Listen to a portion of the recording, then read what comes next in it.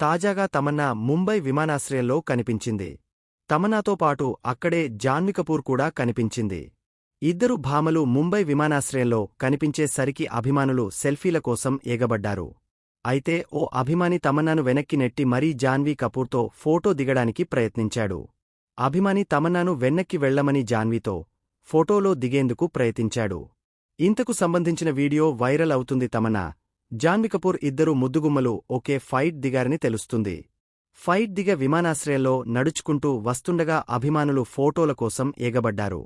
ఈ క్రమంలోనే జాన్వీ అభిమానులు తమన్నాను పక్కన పెట్టేసి మరి జాన్వీతో ఫోటోలు దిగారు. తమన్నా కూడా ఎంతో సహనంగా వాళ్లు ఫోటోలు దిగే వరకు అలా చూస్తూ ఉండిపోయింది. ఈ వీడియోపై నెటిజన్స్ రకరకాలుగా స్పందిస్తున్నారు.